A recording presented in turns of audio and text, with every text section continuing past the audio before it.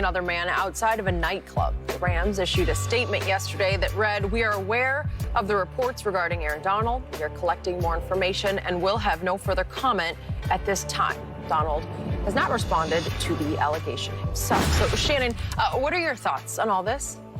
I hope it's not true. I hope it's, I'm sorry that the young man, I was reading the report, Skip, it said he had a fractured orbital. I had that, very, very painful. He had some other bruises and scrapes. Said he needed 16 stitches, broken nose, concussion. And maybe, Skip, it's a situation where it's Aaron Donald. He's the only recognizable person in the situation. Okay, he did it, because I've been in situations like that before when things have happened, and I'm the most recognizable, and it's like, well, it was Shannon Sharpe, and the witness had to say, no, it wasn't Shannon Sharpe involved. Skip, as a former pro athlete, I've always tried to pride myself, and I know I'm going to stand out. You know, I'm fairly large, and playing in Denver, people knew who I was. But everybody wasn't happy with who I was.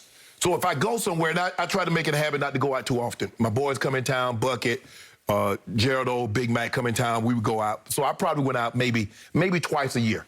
There are 6 months, I go out twice. Where? We just go to a place. The place that we used to go all the time is called Jimmy's. It's a place on Thursday night. Then this place in Denver, another place in Denver was called Brown Sugar. I don't even know if it's open anymore, Skip. But I would go out, and I would go in there, I tried not to make a whole lot of eye contact. I just wanted, be to myself, just hang out with the guys, have a good time, get home, get some sleep.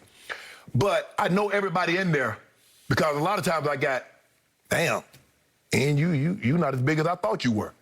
You look big on TV. Okay. But bro, I ain't come to the squad with nobody. Bro, I just come here with my boys. We gonna have a good time. But I was also very respectful of everybody, Skip. If I saw my teammates might be doing something, trying to talk to a girl, and I know her guys, I'm like, bro, let that go. Because I made a mistake one time in 1990. You can go look it up in Greeley, when I should have got a friend of mine, and some things got out of hand. And so I promised myself that I would never let that happen again. So I've been very good, Skip, over my career at de-escalating things.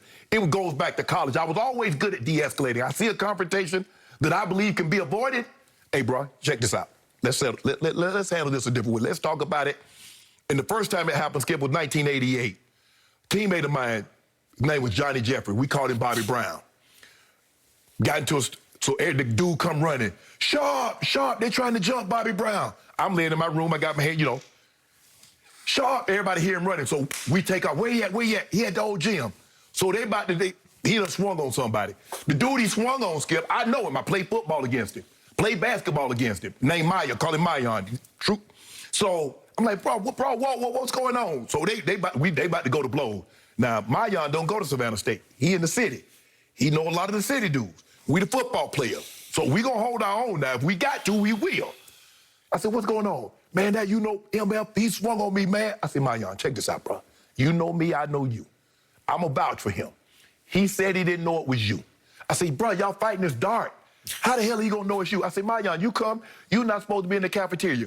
We get you food in the cafeteria. You hang out with us in the dorm. You think we trying to, Skip, we gotta stop this. Because they're in the city. Now, I go places. I used to go get my car washed on 37th and Bull. People that's watching in Savannah, you know about 37th and Bull. So I got the most recognizable car. I'm the most recognizable place. I can't be going and have to look over my shoulder and all got to worry about squabbing. So I try to diffuse situations because, Skip, people size you up. Man, you're not that big. Okay. But, bro, what was this about?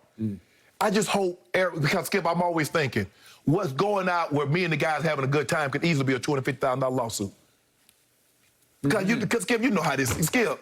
Yep. And now you have to understand, people ain't really trying to knuckle up with you anymore. People gonna put a button down on you. Absolutely. Pap, pap, pap, pap, pap.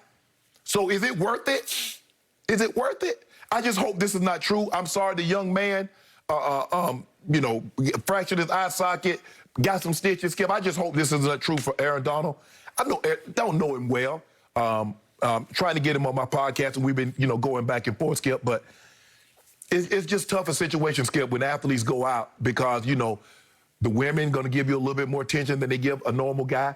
Maybe his girl is giving you a little bit more attention, and that's going to cause conflict. I'm like, bro, I'm not here for you. I'm just here to have a good time. I don't want your girl. I want it. I'm just doing my thing, bro. Let that go. It's not that big of a deal. Mm-hmm. Okay. Back to the allegations, and these are still allegations.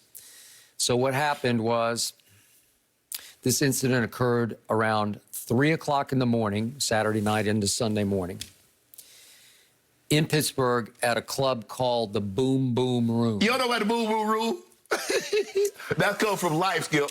Eddie Murphy and Martin Lawrence had a movie called Life, and they're in prison, and they talk about the Boom Boom Room. That's what Ray Gibson and Claude Washington, they got a place called the Boom Boom Room.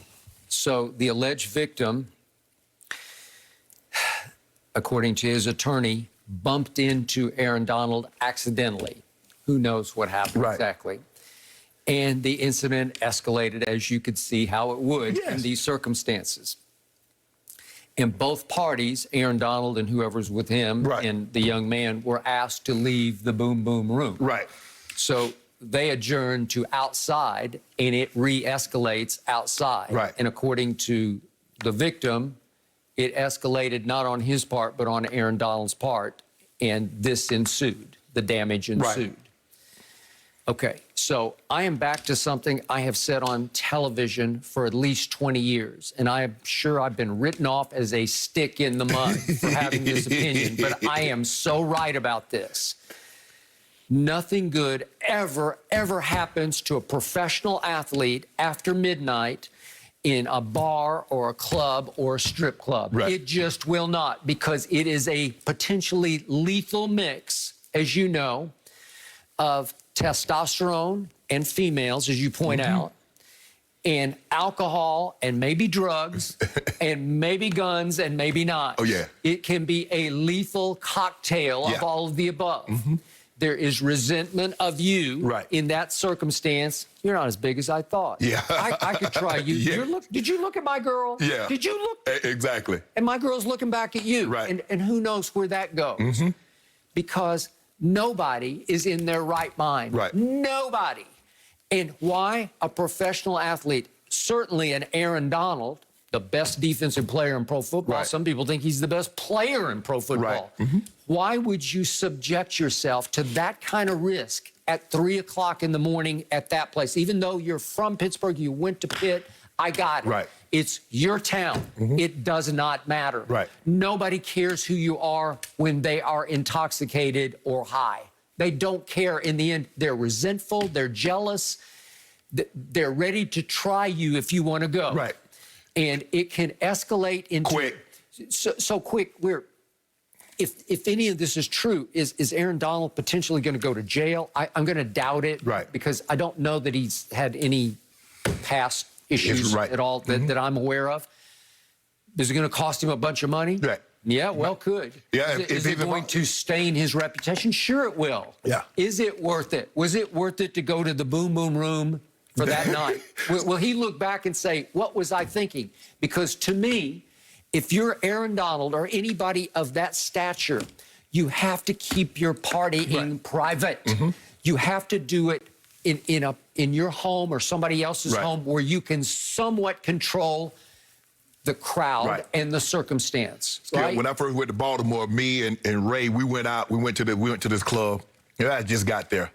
And, you know, we go in, and the first thing, you know, people start whistling, or whispering. Ray, that's Shannon Sharp, that's such and such. And somebody said, man, mofo Ray. We walked in, turned around, walked right. I said, nah, brother, we got to get up out of here.